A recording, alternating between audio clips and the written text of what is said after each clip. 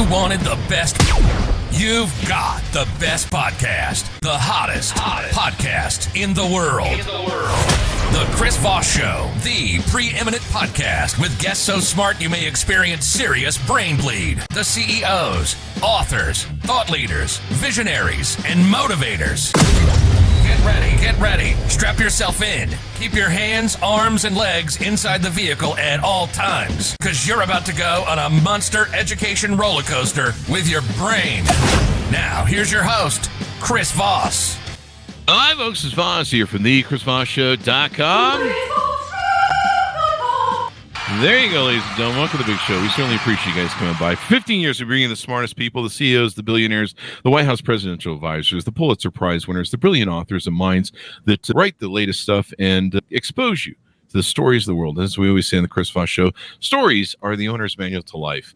And so we're excited to have two amazing journalists with us today. And their book that launches today on January 30th, 2024. It's called Find Me the Votes, a hard-charging Georgia prosecutor and rogue president, and the plot to steal an American election. We have journalist Michael Isikoff on the show with us today, and Dan Klaidman joining us on the show. And they're going to be talking to us about their amazing book, their insight, their hard-hitting reporting, and everything that went into it.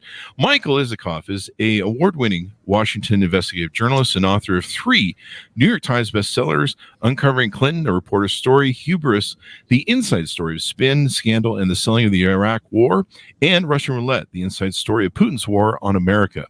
Daniel is an award-winning journalist and author based in Brooklyn. He spent more than a decade at Newsweek, where he served as a managing editor, Washington bureau chief, Middle East correspondent, and investigative reporter. Welcome to the show, Michael and Daniel. How are you? We're good. Good to be with you. There you go. Day. Very exciting. Congratulations on the book. I'm sure a lot of hard work and hard-hitting journalism went into this. Give us your .coms, your Twitters, wherever you want people to find you on the interwebs. I'm at D. Klaidman. That's Klaidman, at D. Klaidman. And I think my Instagram is the same. There you go. And my Facebook. And I'm at Isikoff, Isikoff, on X, formerly known as Twitter. There you go. And so congratulations on the new book, guys. Find me the votes, damn it. Or else, I don't know, but that's not in the title. So give us a 30,000 overview of what's inside the book. Look, this is the story of the Georgia case against Donald Trump. And there is as we write in the book, a compelling logic to focusing on Georgia. Georgia was ground zero for what we say was the most anti-democratic plot in American history. It's where Trump's pressure campaign was most furious, most intense, most relentless, and went to the most extreme lengths in terms of the pressure he put on Georgia state officials at every level, from the governor to the attorney general to the secretary of state, of course, down to state legislators, to an online investigator for the secretary of state's office. I mean, Trump was calling constantly, pushing these completely bogus theories of conspiracy theories about voter fraud and secret algorithms and Dominion election machines, much of which he was getting from a bunch of eccentric lawyers who were, one of whom was a full-blown QAnon adherent. I'm talking about Lynn Wood, one of the people who was brought in to be the public face of Trump's legal assault in Florida, and the other has pled guilty in the racketeering conspiracy case in Fulton County, and that's of course Sidney Powell. So from these folks to Georgia state legislators, it was all part of a relentless effort by Donald Trump to change the outcome of the 2020 election. Chris, can I jump in and add to what Mike just said? Because we saw that the widest scope of alleged criminality had taken place in Georgia, from the fake elector scheme to lying to government entities, to a full-on cyber heist of an election office to get access to voting machines and sensitive voting data to threats against average Georgians. This was the case that had the most, the biggest sort of human dimension in terms of the victimization of average people and also high-level officials, as Mike was alluding to, the pressure campaign against people like Governor Kemp.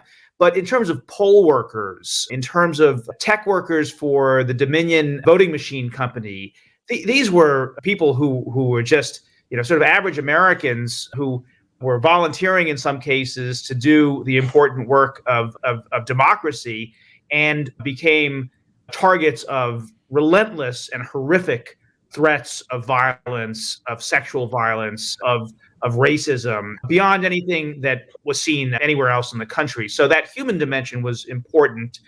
And then a lot of this was also against the backdrop of the tragic history in Georgia of segregation and of voter suppression that's gone on for so long. So we just thought it was, in a lot of ways, the most compelling story to tell.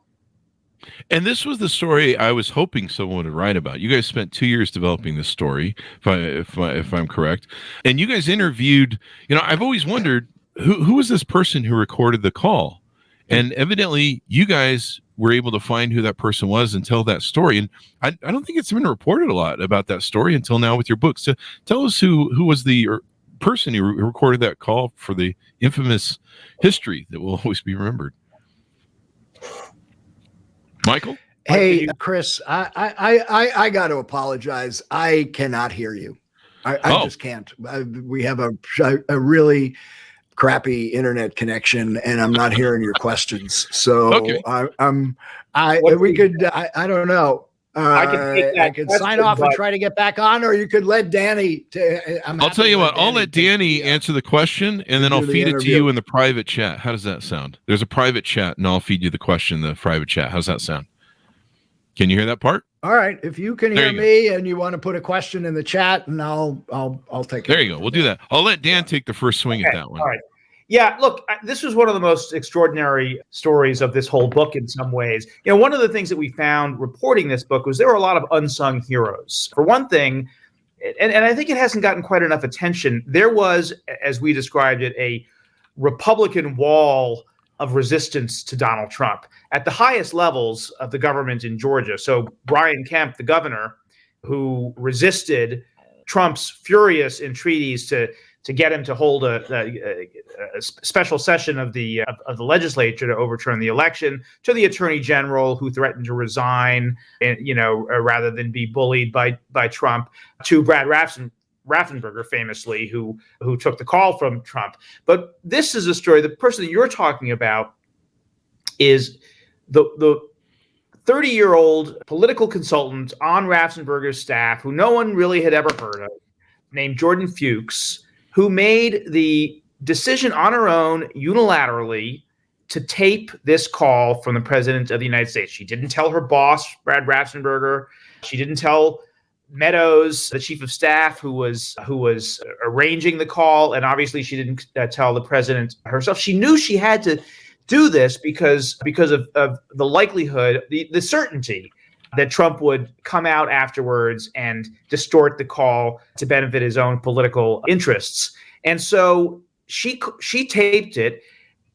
She was on the call, but on mute, so nobody knew she was there.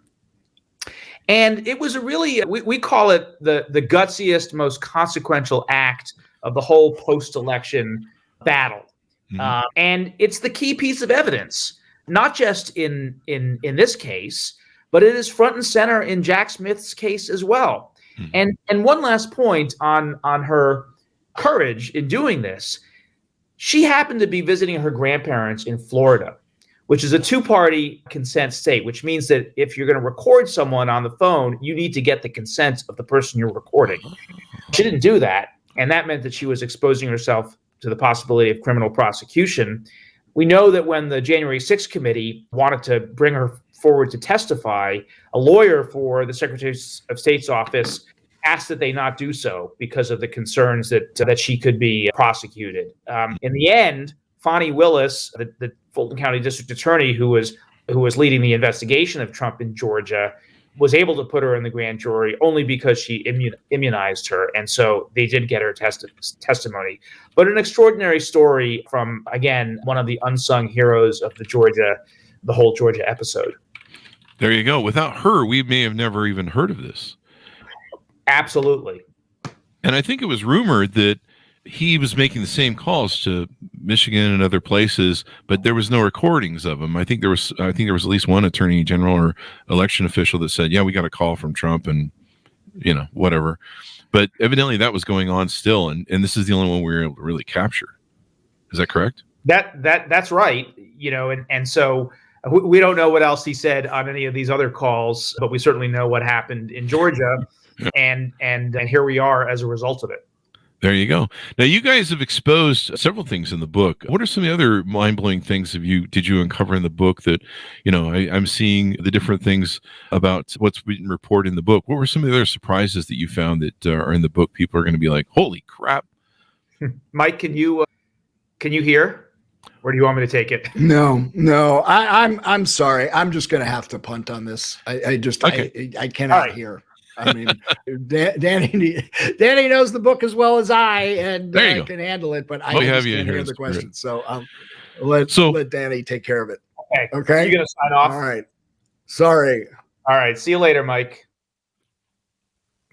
There you go, Mike. It's always, when you're on the hotel road, sometimes those hotels. It's tough. Fortunately, I've been doing this for the last couple of days, so I actually remember what's in the book. Look, Chris, there are a ton of revelations in this book, and all sorts of things that really surprised us. Let me tell one of, I think, the most dramatic stories in the book that comes actually in the prologue, and then we revisit it toward the end of the book. But we talked a little bit about the threats against, poll workers and other people involved in administering the election in Georgia. Fani Willis, the DA, and her team were the target of relentless threats after her investigation really got going. And a lot of it was generated, I think, by Trump, who was out there tweeting about her and calling her a racist and calling her a fascist and a thug and so on and so forth. That clearly riled people up. But in the days before she announced the indictment, the threats against Fani Willis were really intensifying. And wherever she was getting these threats because many of them were coming into her cell phone. There was one person in particular who was calling regularly, and he had this creepy computer disguised voice, and he was making the most sickening sexual and racist threats. I'm going to you. I'm going to you. Look, she had gotten used to a lot of these kinds of awful threats, but what really rattled her was when this person started to mention her daughters, and he pronounced their names correctly, and he indicated he knew where they lived, and he actually said what their addresses were.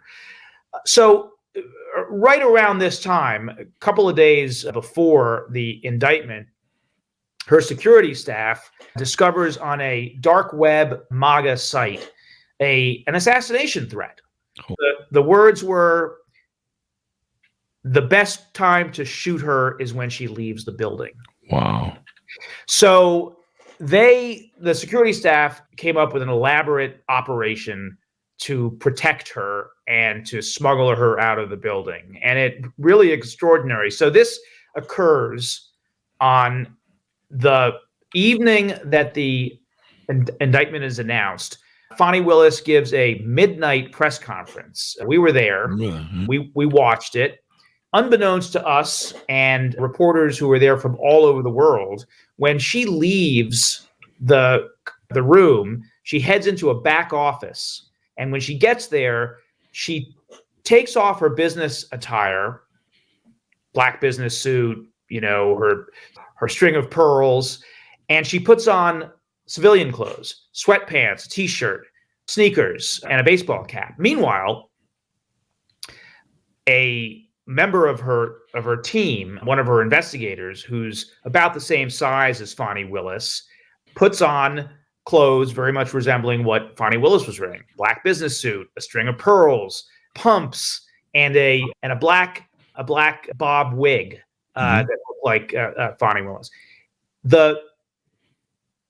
She puts up one other accessory, which is important to note, which is a Kevlar bulletproof vest, because the body double, along with a number of other members of the staff who are posing as deputies, as Fonnie Willis's deputies, they walk out the front of the courthouse, and they get into official black SUV and leave the courthouse. Fonnie Willis and her actual staff, dressed as civilians, they sneak out the back of the courthouse. They get into unmarked civilian sedans, and they're whisked off to an undisclosed area. Wow. Fonnie Willis ends up at the sort of corporate hotel, the hotel where she was staying, under armed guard, and waits out the storm after the indictment. So a pretty dramatic story. I could go on if you want me to talk about other revelations, but I'll please do. Yeah. I mean, that's extraordinary. You feel like we're living in Colombia. You know how Colombia has to have those secret courts, and Yeah, exactly, and right, and it's an important point, because the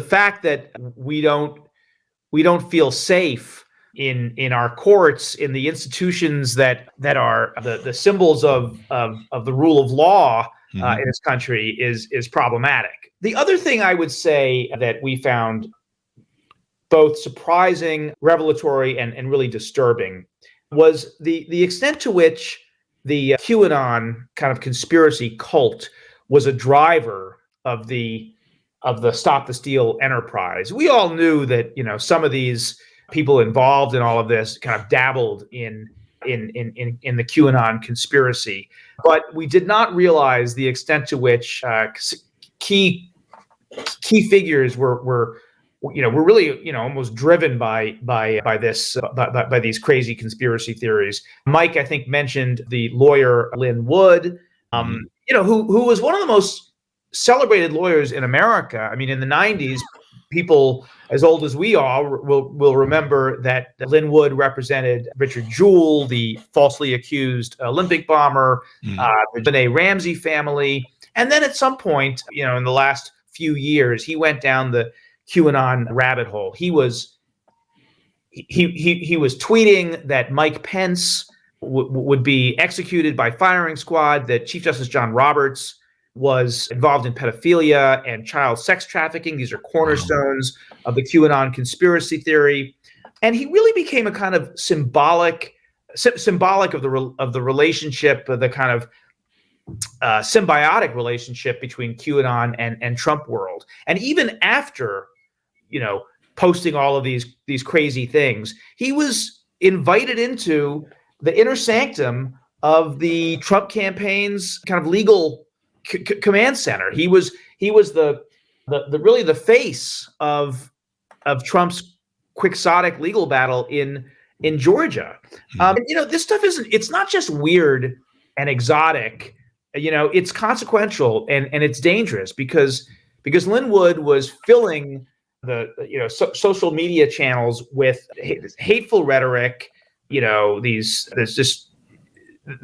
encouraged this sort of torrent of violent and hateful threats, and that terrorized average American citizens. And so I just think that people aren't fully aware or appreciate the extent to which QAnon was a factor in all of this. I just make one last point.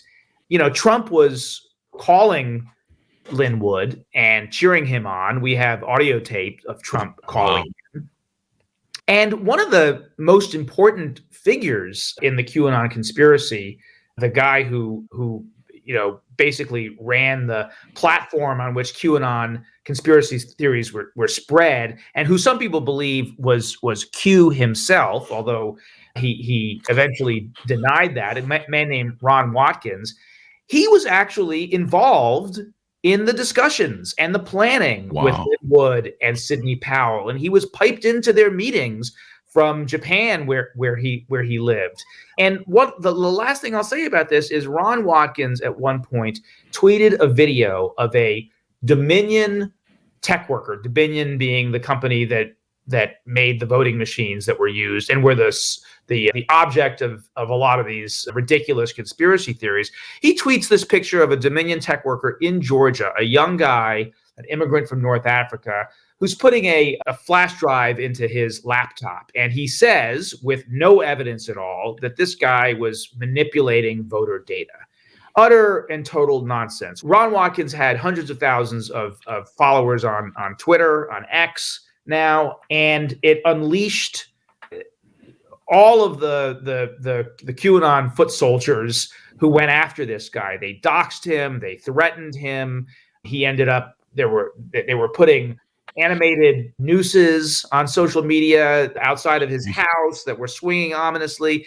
Our understanding is this young guy, for years after all of this happened, was still suffering the effects of PTSD from all of this. So again, really consequential and dangerous stuff that had a real impact on average Americans. There you go. And I'm glad you guys are writing this stuff, because the importance of journalism is to remind people and give them a more in-depth effect of what went on, because people, they forget, what's the joke about Americans after 3 weeks, they forget, and whatever's going on in the Kardashian is more important. And so it reminds people of like, hey, this is how hellish it was and how dark of a moment was in our history. I think, tell me if I'm wrong, but I think there was maybe a handful of people who stood between us and the brink. There was Raffensperger.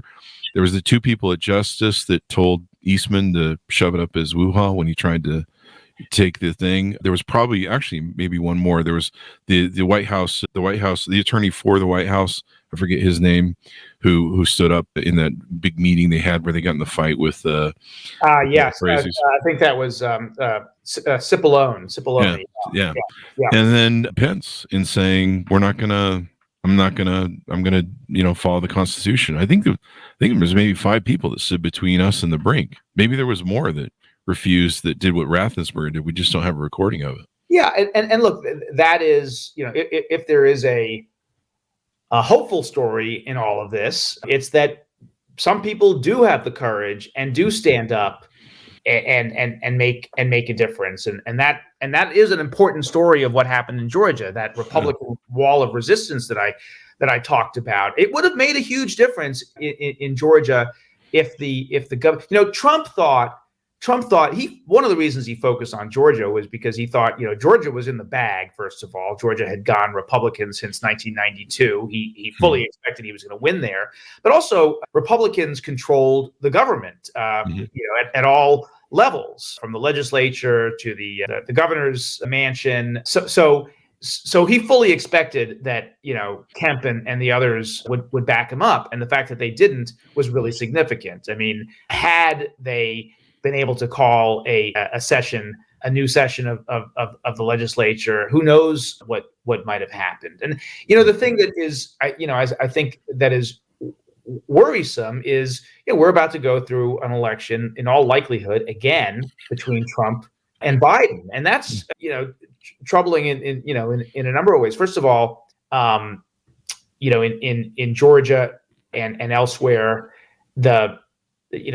Trump is going to do whatever he can, and obviously he's going to do whatever he can to make sure that he's got his own people in place who can do his bidding. But it is also, I mean, even if you think about the QAnon issue that I was just talking about, there's a sense that after 2020, the sort of QAnon thing beginning to fade a bit from people's minds. We were in the media, we weren't writing about it as much. It sort of was not at the above the surface, but it was, and it is, these sort of dark forces are still bubbling kind of menacingly beneath the surface. And the polling suggests that there's still a significant percentage of Americans who are either, full on QAnon adherents or are QAnon curious and susceptible to QAnon, 25-30% maybe. Wow. So if you think about this looming almost certain election, I think, between Trump and Biden again, that clash, I think, is likely to fulfill the prophecy of a lot of QAnon people that Donald Trump is going to battle Biden and is going to win back his restore his rightful place as the leader of this country. And you got to believe that Donald Trump is going to tap into that paranoia for electoral purposes and legitimize a lot of those crazed beliefs. He did it the first time around. I'm not sure he has any incentive not to do it again, and that could lead to violence again. There you go. And I think the damage was done, even though, Georgia is now prosecuting him and everything else. You see the stats, I'm sure you've seen them, where people have less faith in our elections than ever before, even like normal people who aren't, they're maybe a little bit more moderate or first-time voters. They're questioning our elections. And I mean, that's what has Putin laughing to the bank. Yeah. That's all you need is and Trump has been doing it, since he won in 2016. In fact, he was doing it before he won in 2016, where he said that immigrants are going to vote and I can't lose. And if I do lose, it's only because of, fraud in the election. And again, who here thinks that he's not going to do that again? Yeah. He's got every indication is that he will. And that is problematic, and it's corrosive to our democracy if half the population thinks that democracy is fully broken and elections don't work. Yeah. Let me ask you this: today the news came out that the prosecutor, who's I believe is the lead prosecutor in the Georgia case, he settled his divorce today ahead of testimony that he might have made. So he basically avoided testimony and shut down the thing. Did you guys have any inkling in your book? I know you guys have probably been in edit and waiting to print for a while. Did you have any inkling of this divorce story and any potential, affair with Fani Willis? We did not. And interestingly, since it all happened, I've spoken to people who are close to her and who work with her, and they were all completely shocked. So the people around Fani Willis had no idea that this was going on. We should say that she has not acknowledged it yet. She has not confirmed the allegations, but we're expecting that she's going to file a response to that original motion that dropped a few weeks ago later this week. The deadline is on Friday. We did write about Nathan Wade, the lead prosecutor who she was allegedly having this improper relationship with. And interestingly, he was not the first, second, or possibly even third person that she went to for this job. She originally went to Roy Barnes, who was the former Democratic governor, the last governor in Georgia since I guess he was governor in I can't remember exactly when he was governor, but anyway, the last Democratic governor of Georgia, and a real heavy hitter, like one of the premier lawyers in the state. And she also went to a guy named Gabe Banks, who was a former federal prosecutor and a very well-respected criminal defense lawyer. He too turned her down. The reason that both of them turned her down largely was because of these threats. Roy Barnes said to us, hypothetically, because he didn't want to talk directly about it, he said, hypothetically, would you want to be followed around for the rest of your life by a bodyguard? And Gabe Banks, we understand it was his family. He was concerned, and his wife was concerned about potential threats. So she ultimately settled on Wade. And some people have questioned whether he had the credentials to be the lead lawyer in a case like this. What's important to understand, and I think has not been really fully reported, is that Nathan Wade was never anticipated to be the main trial lawyer in the case or the sort of legal architect of the case. He was always going to be the kind of manager, the guy who was behind the scenes, the guy who ran the grand jury process. And by all accounts, he was very good at those things. In fact, I spoke to one of the grand jurors who watched Wade over hundreds of hours, help navigating the grand jury through dozens of witnesses, thousands of documents, some of the legal issues that they had to deal with, and said that he was really quite good. There is a suggestion that she hired someone who didn't have the credentials for a job like this because they were lovers, and I think it's more complicated than that. Also, we don't know that if they were having a relationship, a romantic relationship, we don't know whether it started before or after she hired him. Yeah.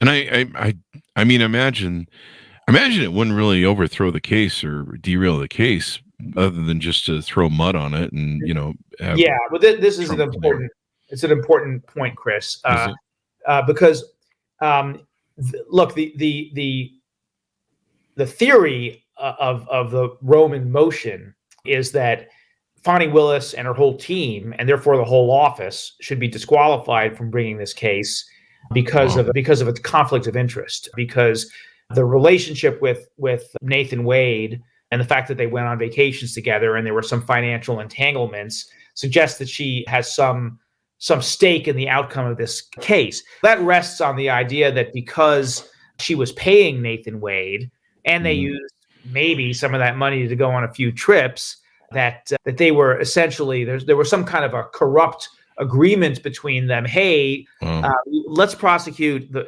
former president of the United States. That way we have this case that'll go on for a long time. We can make a lot of money and go on a lot of trips. It's absurd. All prosecutors get paid for their jobs. They all would have an incentive. And the reality is that the conflict of interest rules in Georgia are quite clear.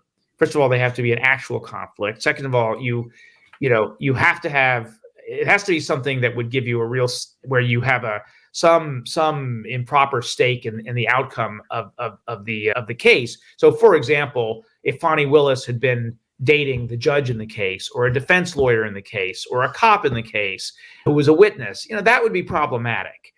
If, for example, and we know she didn't do this, but if, for example, she had hired Nathan Wade on a contingency fee basis, i.e., hey, I'll pay you X to do the case, but if you got a conviction, I'll pay you twice as much. That would mean that he had a stake in the outcome, and that would suggest the improper bias or whatever, and that's not the case either. In the end, Scott McAfee, who is the judge presiding over this case, is going to have to look at Georgia law and precedents and make a decision based on those things. It's not about the optics. Gee, this looks bad, and so I'm going to toss her from the case.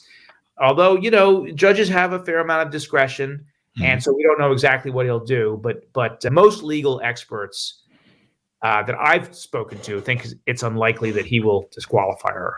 That'll be good. I would hate to see this whole thing unravel. And that is the risk, because, and I'll explain why. The way it works is, if she is disqualified, nobody on her team can handle the case, and in fact, nobody in the office can, because she's the district attorney. So the conflict would taint the entire office. That means they'd have to try to go. It would go to something called the Prosecutor's Council in Georgia, and they would have to figure out what to do. They would have to find another district attorney's office that could take on this case. There are not a lot of district attorney's offices in Georgia that have the resources to take on a case like this. And imagine, the team would have to learn all of the ins and outs of the cases, to reinvestigate parts of the case. I mean, it would be a disaster, and I think there's a likely chance that it would never get to trial. Yeah, or be delayed indefinitely. Definitely, yeah. We had Peter Strzok on, and he'd been on the Mueller report, the Mueller commission thing, and the incidents with his messages. He's a really nice guy, but the incidents with his messages with Lisa Page and stuff, that just tainted the report. And so I'm sure even if they don't find any impropriety, they're just going to keep painting, the Georgia cases. This went on, and all that crap to try and devalue it and stuff. Yeah. They will. I mean, and they had been doing that even before any of this came out. So that was the playbook. And now they do have some, they have some fresh ammo. Yeah. It'll be, if she hangs on, which I suspect she will. If she hangs on, it'll be interesting to know how much juice that continues to have, or if it sort of fades over time. I think, my guess is that after the 15th of February, when the judge is holding a hearing in this case, after this is resolved, if she hangs on, you're going to start seeing Fani Willis doing the kinds of things that, maybe need to be done to rehabilitate some of this, these reputational issues, maybe doing some big interviews. And I suspect you will also see her in the courtroom. She is a fierce and incredibly talented courtroom lawyer. And I think that may be part of her strategy to rehabilitate her reputation. There you go. She'll be angry. So very insightful, man. Lots of great data. Give us your final pitch out for people who order up their book wherever fine books are sold. Look, I think the virtue of writing a book and doing kind of nonfiction narrative nonfiction is that we had an opportunity to sort of tell the whole story of the Georgia investigation and as we call it, the plot to steal an American election. It's all in one place. It's character driven, and it makes a lot of we use narrative and characters to make some larger points about where we are in this country right now in terms of elections, in terms of the threat to democracy, and it's a really important story going forward. We didn't just write this story because it was a colorful tale. We wrote it because we thought it was a warning signal for what is looming, what could happen in 2024, and people need to understand what happened in 2000 and 2020 to be on guard for what could happen in 2024. So we think it's a really important book in that respect. And the last thing I'll say is just to come back to something I said before, which is sometimes these news stories can seem distant and remote, and how does it affect me personally? Well, the people who were targeted in Georgia, the average Americans who gave up their time and sacrificed so that to give people the right to vote freely in this country, they are just average Americans like many of us, and they suffered terribly because of all of this. And it could be any of us, any civic-minded person who wants to participate in our democracy and vindicate, the rights of Americans to be free. They are all potentially targets of this kind of conduct, and that's important for everyone to know. Yeah. I mean, we are all the stewards of our democracy. Exactly. It's important. Very well said. We need to defend that. I mean, 248 years. Let's hope we can get to 250 for just a round number of it. Yeah. But I'm glad you guys are out there with the book. I'm glad you did the hard-hitting work of telling these people stories of heroes and reminding people, who've forgotten. A lot of this stuff, like you said, there's some crap went back there. So thank you very much, Dan, for coming on the show. We really appreciate it. Give us your Thank you. Give us your .coms anywhere you want people to follow you on the interwebs. I've been back on X to promote the book, so I'll be there for a while. It's at D. Klaidman, and D. Klaidman is also my Instagram, and Facebook. I think it's also D. Klaidman, but or maybe it's just Dan Klaidman. So those are the places where you can find me, and I'm at CBS News on the investigative team there. So if anybody has things that they think ought to see the light of day, hit me up, and hopefully we can do the good investigative work that needs to be done in this country for CBS. There you go. We love journalists. You guys stand between us and the brink, except for one channel. I think we all know the 3-letter words that are on that channel, but we love journalists. So there you go. Thank you very much, Dan, for coming on the show. Order up the book, folks. It just comes out today, January 30th, 2024. Find Me the Votes, a hard-charging Georgia prosecutor, a rogue president, and a plot to steal an American election. Remember, folks, we are all the stewards of our democracy, and it's really important that we keep one. Thanks for tuning in. Be good to each other. Stay safe, and we'll see you guys next time. And that should have a sound.